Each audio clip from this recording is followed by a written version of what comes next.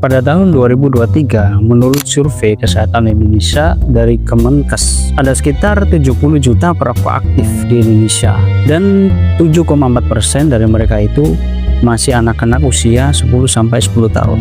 Bahkan di tahun 2022, kita berada di peringkat ke-8 di dunia sebagai negara jumlah perokok terbanyak. Dan BPS mencatat di tahun 2023, 28,28% penduduk Indonesia berusia 15 tahun ke atas itu adalah seorang perokok. Dan itu naik 0,36% dari tahun 2022, itu baru rokok konvensional. Dari sisi lain, itu juga ada yang namanya rokok elektrik. Berdasarkan data Asosiasi Personal Vaporizer Indonesia, diketahui adalah 6 juta pengguna rokok elektrik Indonesia.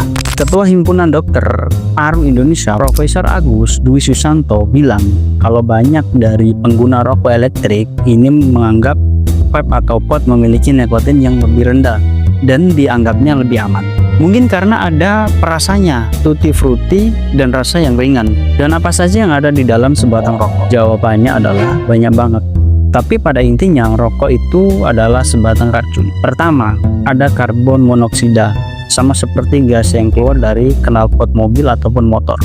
Gas ini bisa menghambat kemampuan sel darah merah membawa oksigen yang akhirnya mengganggu fungsi otot dan jantung. Selain itu ada juga yang namanya nikotin, dan zat ini adalah zat yang sifatnya adiktif, yang artinya bisa membuat kecanduan.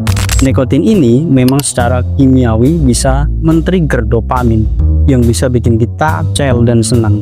Begitu masuk otak, dia langsung menempel di reseptor dan merilis dopamin. Tapi kecanduan muncul saat dopamin hilang, sehingga tubuh kita bisa menjadi ketergantungan. Semakin banyak nikotin yang dihirup, semakin tinggi pula tekanan darah, detak jantung, dan pernafasan kita. Dan gak kalah bahayanya, ada juga substansi lengket dari rokok yang penuh zat karsinogenik, alias zat yang bisa memicu kanker. Tapi ada juga zat terakhir yang namanya benzena. Paparan benzena ini bisa merusak sumsum tulang dan juga mengganggu produksi sel darah merah, membuat resiko anemia dan leukemia naik.